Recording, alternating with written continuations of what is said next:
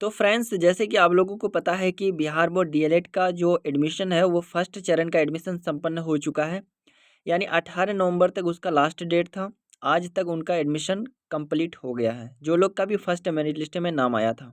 लेकिन अब second merit list की तैयारी कैसे होगी, कब तक आएगा और किस आधार पर आएगा, कितने मार्क्स पर आपको कॉलेज अलॉटमेंट किया जाएगा, इनके बारे में विस्तार से आप लोगों को बताने वाले हैं। क्योंकि बहुत सारे ऐसे स्टूडेंट हैं जिनका अच्छा मार्क्स होने के बावजूद भी उनको सरकारी कॉलेज अलॉटमेंट नहीं किया गया है। फिलहाल उस पर बात करने वाले हैं, लेकिन उससे पहले मेरे पास कुछ पीडीएफ है जो बिहार बोर्ड का जो फर्स्ट राउंड का कट ऑफ था, उनको देख कर के हम एनालिसिस कर सकते हैं कि सेकंड जो कट ऑफ लिस्ट आएगा उन पर किन किन बिंदुओं पर ज़्यादा से ज़्यादा फोकस किया जाएगा। फिलहाल हम बात कर लेते हैं। देखिए दोस्तों, यहाँ पर क्या है कि फॉरविजन कॉलेज पहले नंबर पर दिखाई दे रहा है आपको।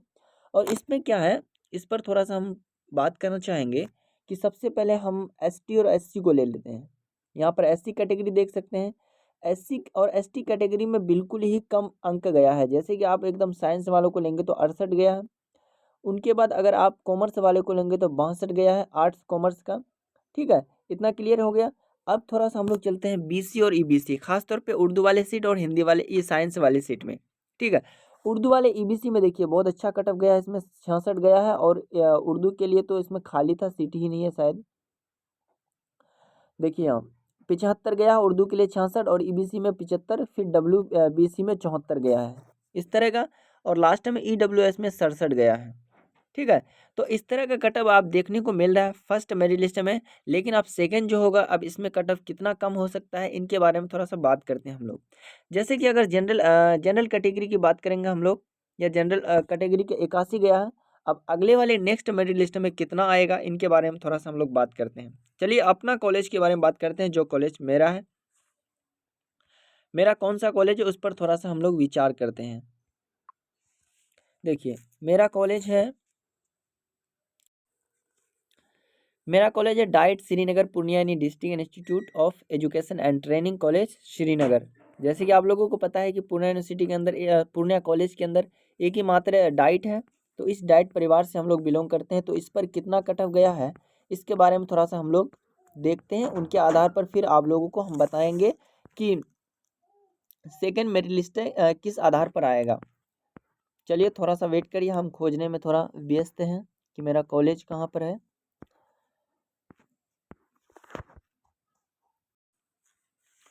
तो फ्रेंड्स, यहाँ पर देख सकते हैं कि diet district institute of education and training diet Srinagar, यानी पूर्णिया जिला के अंदर ये भी एक सरकारी संस्था है। इसके अंतर्गत देखिए साइंस वालों का कितना गया है, 80 गया है। फिर आपको उर्दू वालों की अगर बात करें तो ये कितना गया है, 75 गया, यानी 75 गया है।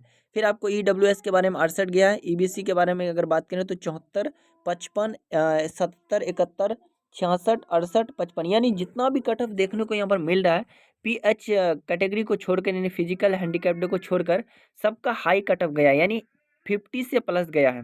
तो आप लोग एक्सपेक्ट कर सकते हैं कि जो 50 से अधिक फर्स्ट मेरिट लिस्ट में गया है, तो सेकंड लिस्ट जब आएगा तो उनका कितना होगा। जाहिर सी बात है उसका कम होगा, क्योंकि सीट बचेगा तो कम को लेगा, क्योंकि हाईएस्ट को पहले ले लिया है। तो कम जिसका होगा, अब किसका होगा, इस पर थोड़ा सा हम लोग बात करने वाले हैं। ध्यान से इस बात को सुनिएगा आप लोग, क्योंकि इसी पर आपका मेरिट बनेगा। देखिए, सेकंड लिस्ट जो आएगा, इसमें क्या होगा कि आपका, जैसे कि आप यहाँ पर देख सकते हैं उर्दू वालों का 70, आई थिंक यहाँ पर क्या है, 75 है ना, देख सकते हैं 75 है। अब उर्दू वालों के लिए अगर जिस स्टूडेंट का मार्क्स अगर उर्दू के लिए भरा है और उसका मार्क्स सिर्फ और सिर्फ 50 प्लस है, यानी 52 है, या फिर 55 है, 56 है, या 50 के आसपास है, उसका 100% क्या होगा, सेकंड मेरिट लिस्ट में चांस मिल जाएगा। लेकिन आप लोगों को एक गलती नहीं करना है। जैसे कि बहुत सारे स्टूडेंट अगर 50 प्लस नंबर है तो वो स्टूडेंट प्राइवेट कॉलेज को भी दे देंगे, सरकारी को भी दे देंगे। नहीं, आप लोग को ये गलती नहीं करना, सारे कॉलेज को सरकारी कॉलेज देना है, यानी गवर्नमेंट कॉलेज देना है।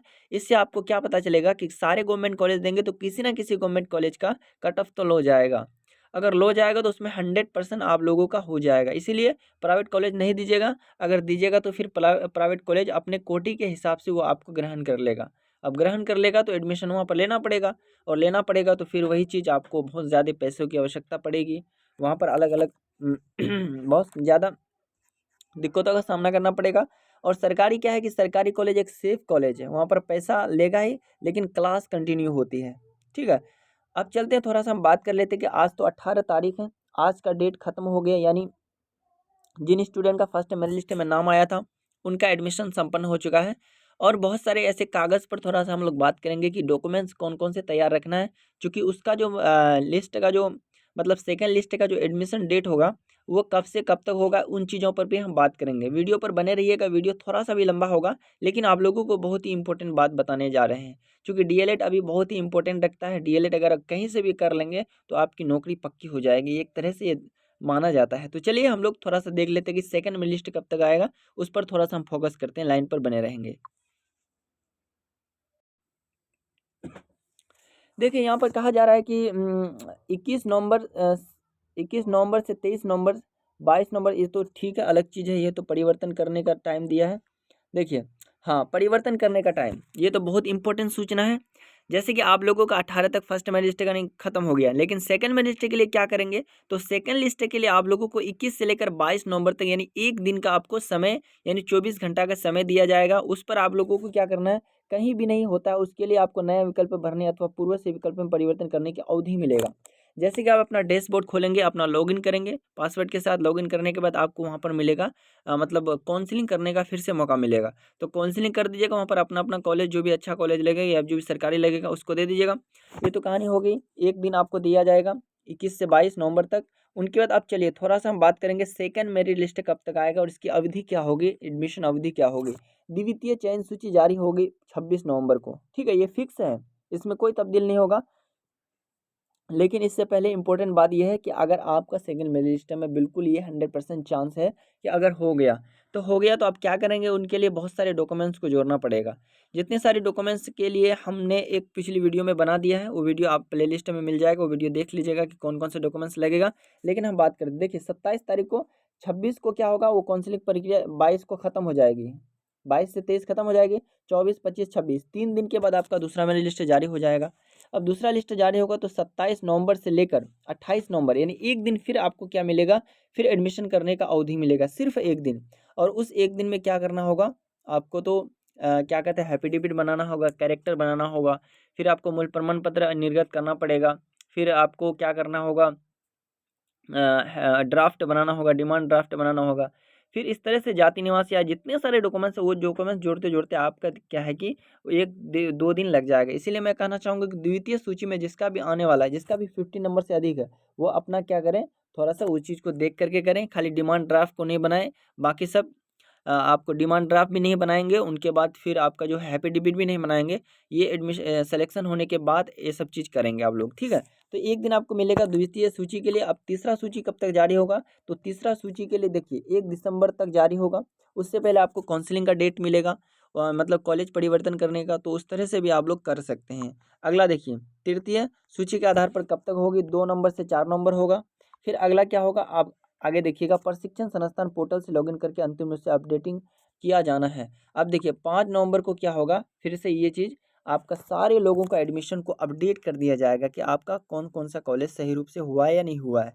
इस तरह का पोर्टल में आप लोग भी लॉगिन करके देखिएगा तो पूरा चीज़ बता देगा कि आपका फलाना-फलाना डाइट में एडमिशन संपन्न हो चुका है। फिलहाल दोस्तों मैं इसी टॉपिक पे बात करने वाला था जो कि कर चुका हूँ। फिर अगले वीडियो के लिए आप लोग इंतज़ार करिए। कोई भी डाउट हो आप लोग कमेंट बॉक्स में कर सकते हैं या नहीं तो आप डिस्क्रिप्शन में मेरा एक व्हाट्सएप ग्रुप का लिंक होगा उसमें भी क्लिक करके आप लोग हमसे संपर्क कर सकते हैं। ठीक है, बहुत-बहुत धन्यवाद।